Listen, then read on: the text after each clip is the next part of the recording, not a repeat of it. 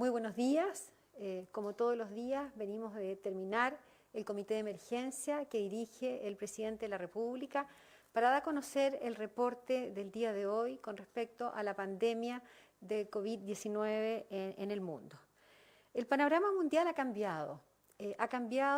América Latina, América en general, ha superado con respecto a Europa, convirtiéndose en el continente que lleva en este minuto el más número de casos. Está liderado principalmente por los Estados Unidos, después Brasil, con respecto al número de casos ha aumentado en forma considerable. También nos preocupa de una manera muy importante y vemos con alarma la situación que ha pasado en los países donde comenzó este brote hace unos meses atrás. Hace unos meses atrás, los primeros países comenzaron este brote tomaron medidas muy estrictas. Tuvieron cierres totales durante un periodo muy prolongado y hoy día vemos con preocupación porque estamos viendo que se está produciendo una segunda ola de contagios en esos países. Y es importante analizar las medidas que se implementaron en esos países para ver con preocupación lo que está pasando en ellos con respecto a nuestro país. ¿Cuál es la situación de Latinoamérica? Seguimos viendo con preocupación Brasil, que es el país que tiene el más número de casos, con más de 189.000 casos hasta la fecha, lleva 13.000 fallecidos. En segundo lugar está Perú, tercer lugar México y Ecuador. ¿Cuál es la situación en nuestro país al día de ayer, a las 21 horas del día de ayer, en las últimas 24 horas? Se registraron 2.659 casos nuevos, de los cuales 2.301 son personas con síntomas y 358 son personas sin síntomas. De ellos nos da un total de 37.040 casos totales a la fecha, de los cuales se han recuperado 15.655 personas. ¿Cómo se distribuye en nuestro país el número de casos nuevos en este momento? Seguimos viendo con preocupación el mayor porcentaje, el mayor número de casos nuevos en este momento, más de un 84%, se sigue concentrando en la región metropolitana, comunas de nuestra región, donde a partir de mañana entraremos toda la comuna de toda la provincia de la región metropolitana, más 6 comunas en cuarentena. Con respecto a los fallecidos en el día de ayer, hasta las 21 horas, queremos lamentar el fallecimiento de 22 personas, de las cuales 18 son de la región metropolitana, 2 de la Araucanía, 1 de Ñuble y 1 de Valparaíso. De ellas, 12 personas corresponden a personas que tenían antecedentes de patologías crónicas, que estaban en tratamientos, algunos de ellos con limitación del esfuerzo terapéutico. Para continuar con el detalle de la información, voy a dejar al subsecretario de Redes Asistenciales.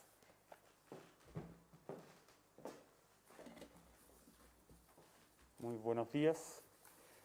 En cuanto a la situación de pacientes que a las 24 horas de ayer se encuentran hospitalizadas en unidades de cuidados intensivos, son 663 personas, de las cuales 555 se encuentran en ventilación mecánica y 114 de ellas se encuentran en un estado crítico de salud. Nosotros al día de hoy tenemos 515 ventiladores disponibles distribuidos en los distintos hospitales del país. En cuanto a la capacidad de testeo, el día de ayer se realizaron 11.502 exámenes por PCR, acumulando 325.417. Quiero detenerme un instante, unos minutos, para comentar acerca del trabajo que se está realizando con el objetivo de aumentar nuestra capacidad de camas de unidades de cuidado intensivo. Nosotros teníamos una situación inicial de 1.200 ventiladores disponibles en nuestro país. Hemos ido trabajando, y cuando digo hemos, no estoy hablando de 3 personas que estamos hoy acá al frente de su televisor. Estamos hablando de 360.000 trabajadores de salud que han trabajado durante 24 horas en turnos muy extensos para poder aumentar esta capacidad de unidades de cuidado intensivos. Ayer mismo fui al Hospital Sodero del Río, que en situaciones normales cuenta con 24 camas de unidades de cuidado intensivo. al día de hoy cuentan ya con 60 camas. Hay 250 personas trabajando en esas unidades de cuidado intensivo del país, del Sotero del Río, y que están trabajando día y noche para poder cuidar a la población, sobre todo la del suroriente de la capital. Y esto está ocurriendo en todos los hospitales del país.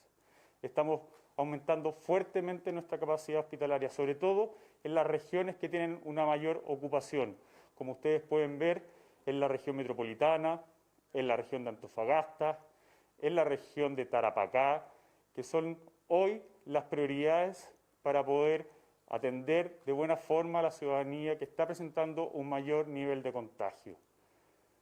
Nosotros, como decía anteriormente, pretendemos llegar a 2.600 ventiladores a final de mes, aumentando diariamente nuestra capacidad.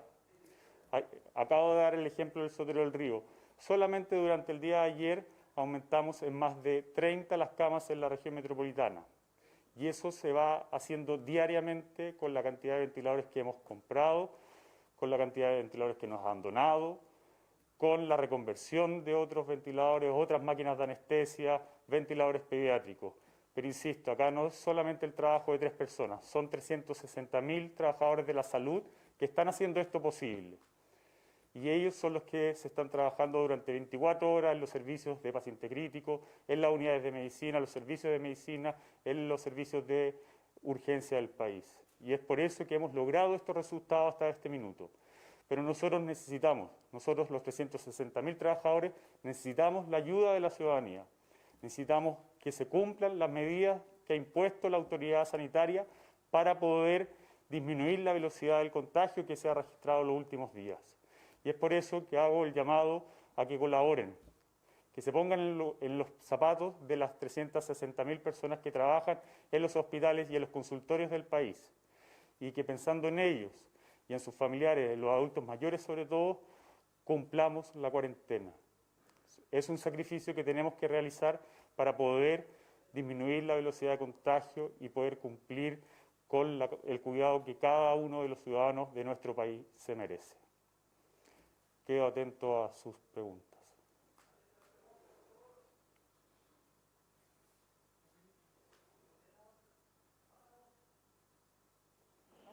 ¿Cómo están? Buenos días, ministro. Quisiera preguntarle cómo ven la cifra de fallecidos. De acuerdo a la información que entregaba la subsecretaria Daza, hay al menos 10 personas en las últimas 24 horas que no tienen enfermedad o patología base o patología crónica.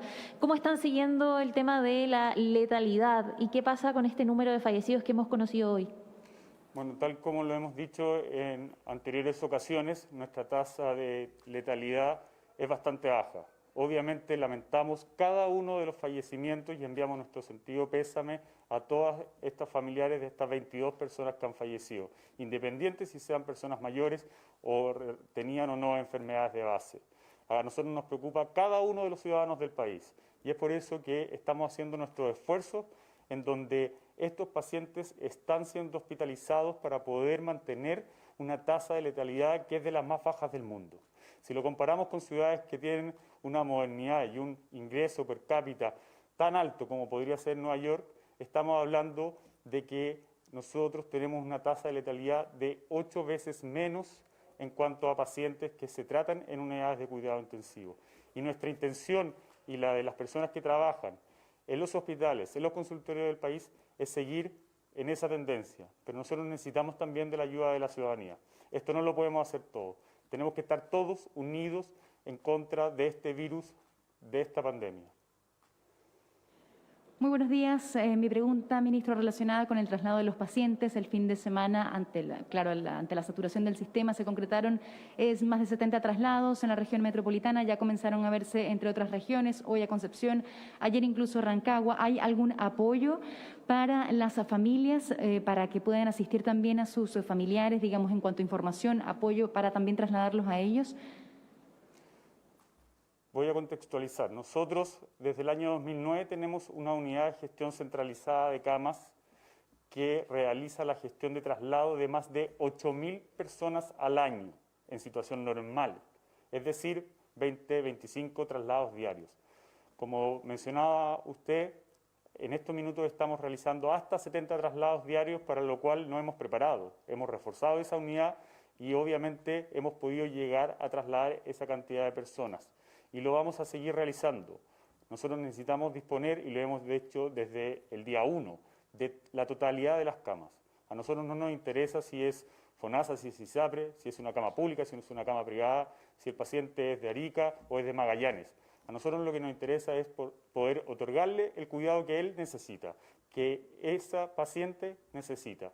Y en base a eso vamos a realizar los traslados que sean necesarios a distintas regiones del país, apoyando cuando se produzcan estas olas de contagio que estamos viendo ahora en la ciudad de Santiago, en Antofagasta, en Iquique. Y en cuanto a las familias, obviamente se van a poder dar las facilidades. En los hospitales ya se están adoptando medidas para poder comunicarse, porque sabemos que las visitas están restringidas debido a la alta contagiosidad de este virus. Y vamos a seguir así para poder cuidarlos. Nosotros les pedimos un pequeño sacrificio en eso, pero necesitamos cuidarlos a ustedes mismos. Y es por eso que estamos restringiendo la visita, y en algunos hospitales ya se han implementado artefactos electrónicos para poder realizar videollamadas y poder tener un estado de salud y poder estar en contacto con sus seres queridos. Subsecretario, buenos días. Preguntarle cómo se explica que, existiendo una red integrada de salud, pacientes tengan que esperar afuera de los recintos asistenciales en ambulancia muchas horas a la espera de que una cama se desocupe, y por qué también no hacen un traslado a un recinto asistencial privado, o también preguntarle si es que se pueden trasladar pacientes al Hospital de Carabineros. Como acabo de mencionar, nosotros tenemos el control de la totalidad de las camas, sean de privados, sean de las Fuerzas Armadas, como también, obviamente, del sector público. Y esos traslados ya se están realizando. Si ustedes ven las ocupaciones que hay del sector privado versus la que hay del sector público, estamos hablando de que están idénticas, al menos en la región metropolitana.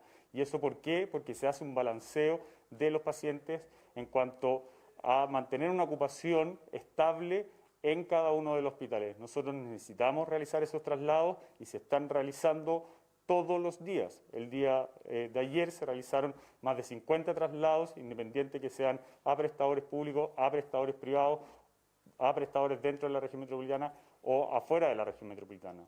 En la estrategia fundamental, insisto, es poder otorgarle el cuidado que cada uno de los pacientes, de acuerdo a su estado de salud, necesita. Si es una cama intensiva, nosotros vamos a buscar esa cama intensiva. Si es una cama intermedia, también lo vamos a realizar. Y si es una cama media o básica, también vamos a hacer ese traslado en busca de esa cama para poder cuidar a la ciudadanía. La pregunta va dirigida para el ministro de Salud, Jaime Mañalich. Ministro, consultarle, usted en una entrevista señaló que la falta de confianza recíproca de la ciudadanía y también de las autoridades jugó una mala pasada. Si puede precisar también esos dichos y conocer si es la única autocrítica que realizan las autoridades respecto a cómo se ha abordado la pandemia ya durante estas semanas que la hemos visto en nuestro país. Bueno, como usted menciona, yo señalé un matutino que efectivamente el contexto sociopolítico en el cual parte esta terrible pandemia en nuestro país, con su primera amenaza el 31 de diciembre pasado, nos sorprende o llega en un momento en que las confianzas públicas, políticas, comunitarias, están bastante fracturadas y específicamente hay una situación de falta de confianza en el Estado, la autoridad o en los agentes políticos, todos, incluyendo por supuesto el Parlamento. Creo, como manifesté en esa entrevista, que ese clima nos ha jugado en contra y ha obligado, por ejemplo, en el contexto de llamar a medidas generales, que no se hagan fiestas clandestinas, que la gente use distanciamiento social, en fin, todas aquellas medidas generales que son cruciales a la hora de mantener el control de esta cuarentena, no han sido bien adoptadas. Y respondo por la responsabilidad comunicacional o de convencimiento que a nosotros nos compete, pero también volvemos a hacer un llamado a que comprendamos como país que estamos frente a un desafío único en nuestras generaciones y que va a marcar este siglo por muchas décadas en términos del costo de salud, pero también en la terrible pandemia social que va a producir en los próximos años. Y es por eso que tenemos que buscar establecer una relación de mucho mayor confianza entre la ciudadanía y los agentes del Estado para que verdaderamente venzamos esta terrible epidemia que nos afecta. Sin esa colaboración, tener más camas, tener más respiradores, como ha demostrado la primera potencia mundial, no es suficiente. Se requiere, ¿no es cierto?, que yo entienda que mi actitud como persona concreta influye en todos. Hay una responsabilidad comunitaria de todos. Y si no tenemos la disposición, sobre todo en este periodo tan duro que viene para la ciudad de Santiago y algunas comunas anexas, si no comprendemos que al final esto descansa en que haya una comprensión en la necesidad de un cambio de conducta personal para proteger a nuestros adultos mayores, para proteger a nuestros vecinos, proteger a los seres queridos, proteger el barrio donde yo vivo, efectivamente la situación se pone muy complicada. Y es por eso, como hice un ruego ayer, tenemos que lograr un lenguaje de salir juntos frente a este enemigo que nos afecta a todos, cualquiera sea el partido político, cualquiera sea el rol, nos afecta por igual a todos y va a marcar a nuestro país en forma muy definitiva, insisto, por años o por décadas. Y es en ese contexto que es imprescindible que demos esta batalla, y perdón usar un lenguaje bélico de nuevo, pero es una verdadera batalla en la cual cada uno de nosotros tiene un rol que cumplir. Y ese rol es respetar el aislamiento, lavarse las manos, ir a un centro de salud oportunamente y no tardíamente, en fin, todas las medidas que no quiero repetir y que a propósito de la cuarentena que parte mañana en la región metropolitana, en el Gran Santiago, se van a endurecer, van a ser aún más estrictas de lo que han sido hasta ahora en términos de limitaciones de permiso, limitaciones de traslado y fiscalizaciones. Creo que se ha logrado también un nuevo contexto de relación con las autoridades municipales, como lo hemos conversado con ellos, en el sentido de que han aparecido y se han publicado ya con toma de razón por Contraloría 2 decretos muy relevantes. El primero del presidente de la República, que entrega facultades extraordinarias a los municipios y a los alcaldes y alcaldesas, por supuesto, para ayudar, no solo denunciar, sino que ayudar, hacerse cargo, tener instrumentos para lograr que las cosas ocurran como deben ocurrir en sus comunas. Y en ese sentido tenemos, a través de ese decreto del presidente de la República, un instrumento tremendo para lograr una mayor colaboración entre los ministerios y, insisto, los municipios. Y el segundo decreto es el que también fue publicado en el día de hoy en el Diario Oficial, en el que a las Ceremes de Salud se les da la capacidad de utilizar, de reclutar, de contar con las capacidades de fiscalización de los municipios para transformarlos también en agentes sanitarios, dándoles potestades que hasta ahora no tenían, de seguimiento de casos, de monitoreo de cuarentena, de definición de contactos, en fin, de diseño de unidades de salud que puedan servir, de pasar multas, de fiscalizar y sancionar de acuerdo a lo que la alerta sanitaria entrega a la Ceremi, pero que hoy día va a ser extensivo, insisto, a los municipios y esperamos contar con una gran colaboración, sobre todo con los municipios que están entrando en cuarentena mañana, que representan el mayor foco de preocupación, para que la fuerza que necesitamos, hay que decirlo con claridad, que necesitamos para fiscalizar, para hacer que estas medidas se cumplan y, en definitiva, poner un párele, una línea roja al aumento de los contagios y lograr una disminución de los nuevos contagios en la región metropolitana sea un objetivo que cumplamos durante el mes de mayo y que efectivamente tengamos la esperanza que, habiendo dado muy en serio todos esta gran tarea, esta gran batalla de mayo por el Gran Santiago, tengamos los meses que vienen una situación más controlada, más tranquila. Pero este momento es un momento de tremendo apremio en el cual todos tenemos que ponernos a disposición de esta lucha contra este terrible agente viral que nos afecta. Ministro, ¿qué tal? Preguntarle respecto a los test PCR, según el último reporte del DEIS, 44,3% de los PCRs informados corresponden a recintos privados. ¿Por qué entonces se habla, o mencionaba usted ayer, la posibilidad de prestar estos kits? Asumo se toma control también de ellos a nivel nacional, tal cual se hace con las camas y los ventiladores. ¿Hay entonces alguna posibilidad también de impedir que estos recintos apliquen estos test a quienes usted dice no cumplen con las exigencias? Y además consultarle si es efectivo que están con falta también de insumos en el Hospital Lucio Córdoba, como se ha informado.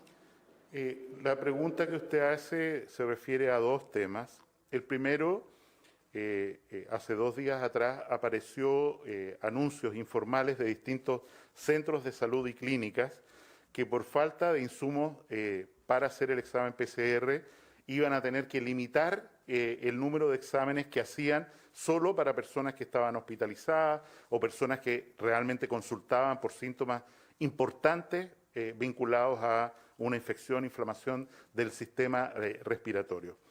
Este problema que detectaron los centros de salud privados tiene 2 explicaciones. La primera es que el volumen de testeo que se hicieron en centros privados aumentó bruscamente por el temor ciudadano, por la razón que sea, y personas que no tenían indicación de hacerse un examen y que normalmente va a ser que el examen resulte negativo, porque el PCR resulta positivo solo cuando la persona tiene el virus en su árbol bronquial, se quedaron sin el stock suficiente.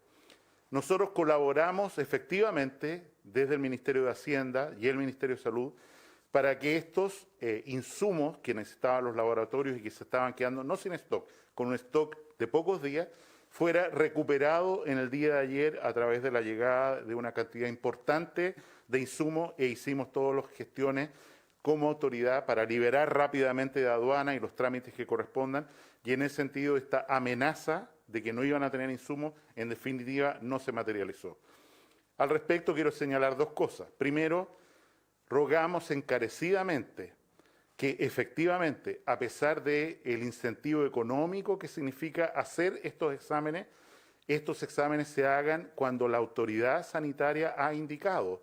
Y eso es cuando una persona tiene síntomas respiratorios o cuando una persona ha sido un contacto estrecho de alguien que ha sido testeado como positivo por coronavirus para ver si está cursando una infección asintomática, como lo informamos todos los días. Y en segundo lugar, un llamado muy sencillo. Por favor, planifiquen bien la llegada de sus insumos o stock.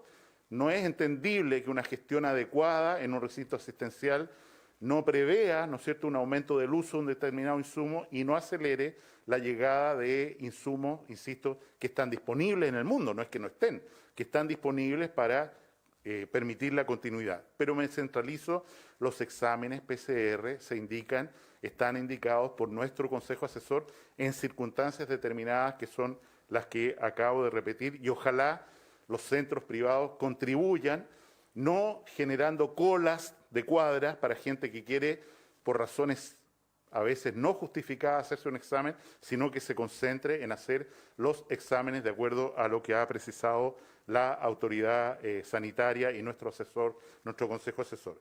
Respecto a los exámenes del Hospital Lucio Córdoba, hemos repetido que tenemos un stock suficiente público para efectivamente mantener el flujo de exámenes y la cantidad de exámenes que hacemos todos los días. Incluso hemos llegado casi a 14.000 y todavía nos queda capacidad. En el caso particular del Hospital Lucio Córdoba, el Hospital de Enfermedades Infecciosas, como se llamaba antes, ellos tienen una tecnología que es dependiente de un solo proveedor, que es el laboratorio Roche. Y efectivamente, a diferencia de los otros laboratorios que pueden usar diferentes proveedores, el laboratorio de salud de este hospital puede usar solo los de un proveedor. Este proveedor ha tenido limitaciones, imposiciones, voy a decir, para no exportar estos insumos a países diferentes a Estados Unidos.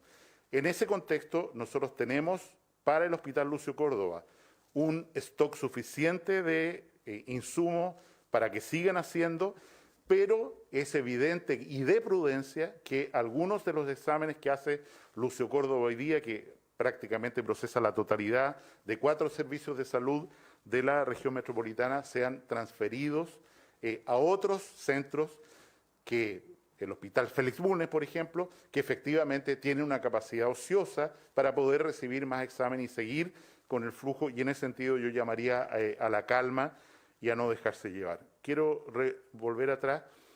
Efectivamente, si ocurriera que el stock PCR para privados, en fin, nosotros estamos dispuestos, como lo dije ayer, a hacer el préstamo de los insumos correspondientes para que el sector privado siga haciendo sus exámenes, pero de nuevo transmito la solicitud de que hagan exámenes en quien corresponde y que efectivamente programen bien sus flujos de llegadas de insumos para no encontrarnos con situaciones que alertan a la ciudadanía sin tener ningún motivo objetivo para hacerlo.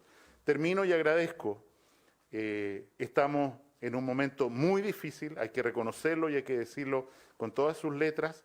En la ciudad de Santiago estamos tomando medidas que afectan a casi 9 millones de ciudadanos en total, y eso genera una perspectiva muy dura, muy tremenda para lo que queda de este mes de mayo, y en ese sentido no nos cansamos de insistir con humildad, con tono de súplica, que por favor la gente comprenda que lo que está en juego hoy es demasiado y que tenemos que lograr disminuir la tasa o el número de nuevos contagios todos los días. Y para eso no es el uso de un respirador o el uso de una unidad o que haya más recursos que estamos poniendo en las unidades de tratamiento intensivo, urgencias y laboratorio, sino que lo fundamental es la conducta de cada uno. Y en ese sentido, aunque haya esta dificultad de confianza a la que hacía referencia al principio, es imprescindible que al menos tengamos la confianza unos con otros e incluso que tengamos una suerte, voy a decir, de vigilancia, de buena fe entre nosotros mismos para decirle en el metro, por decir un ejemplo, si una persona está sin mascarilla, por favor póngase la mascarilla. Como ocurrió con la ley de tabaco, por favor apague su cigarrillo. ¿Qué nos cuesta transformarnos en agentes de cambio y lograr, insisto, vencer este gran desafío que tenemos en las próximas semanas en la región metropolitana? Muchas gracias y buenos días.